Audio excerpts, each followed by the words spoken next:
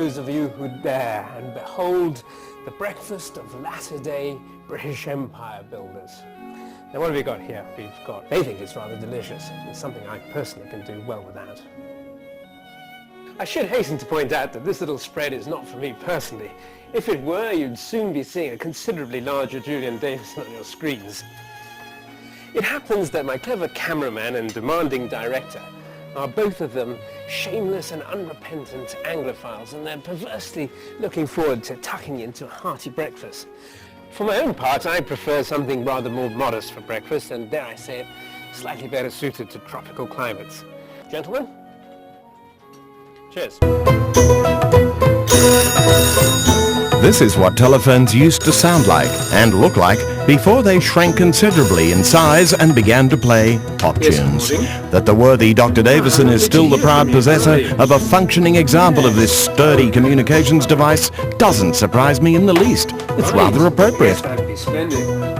Well, whilst Julian takes his call, I'll take the opportunity to tell you that this week's program is all about archival photographs and the people who took them. Hopefully, his phone call's something to do with all that. The ability to snap, to take photographs, like never before. But the quality probably isn't there. I mean, a lot of people take what you might sort of sum up as rubbish. I love going through old photographer albums like this one I permanently borrowed from my mother last time I was back in England. I find family photograph albums are a very personal and satisfying way of preserving one's own past.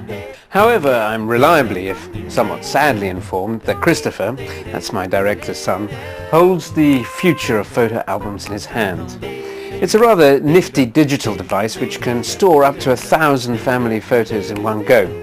No doubt that's all very efficient, but surely it couldn't replace these wonderful old albums of memories, could it, Christopher? Well, that's a depressing thought. And am I going to get my hat back?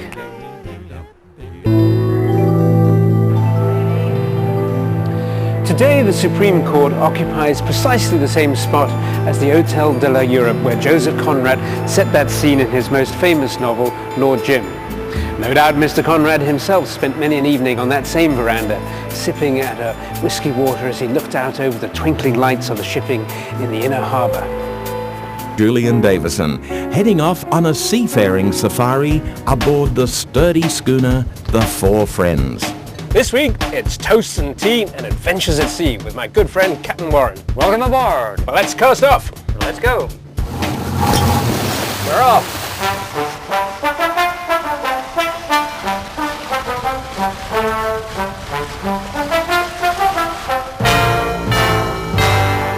Right, now down below decks we have a wonderful example of ergonomic design. On the starboard side here we have the smallest space in the vessel. You wouldn't want to spend too long in there. Us seafaring types, we call it the heads. And here is where the cooking is done. That's the galley. And it's not that much smaller than your average HTB, but it all fits together beautifully. Over here is one of the cabins. There are many on this vessel. And again, a lot of attention to space. These fold down, these berths, so you can sleep actually 4 people. Turn for a ladder. And here I emerge on deck again, like a snake from a hole. Well, you've got all of that between these 2 masts. Not bad, eh? The forward windows were made by the same company that built the Titanic and installed in a boat that also ended up at the bottom of the sea. However, they were salvaged, cleaned up and returned to use on board the Four Friends. The weather has closed in over Pulau Sejahat as Julian and Captain Warren begin to explore the formidable defences on the slope below the range-finding tower. This one has had very few visitors since Pulau Sejahat's British garrison departed after World War II. Well, this is a bit of a first. Ridden a camel, Egypt 65, but an elephant, this is the very first time. So, off we go.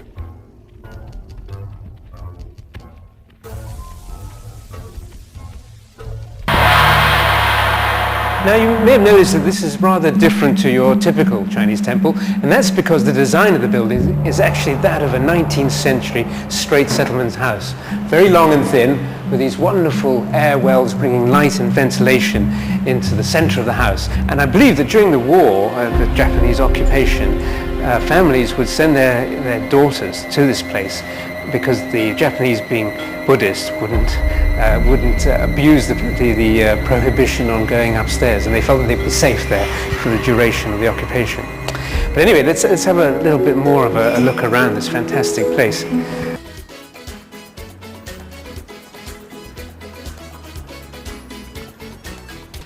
This Lunar New Year Yisheng is considerably superior to its modest supermarket cousin. Nuts and Crackers finalizes this tempting and tottering tower of tantalizing taste, and it's looking almost as delicious as... Well, I've invited our worthy cameraman Raj to join me in this splendid repast. That's when he's finished changing the camera lens. Raj, have a go. See what you think of that. Take a piece for Raja. So, huh? Really, John, it got a thumbs up from Raja, and it gets a thumbs up from me. I can see why it became so famous.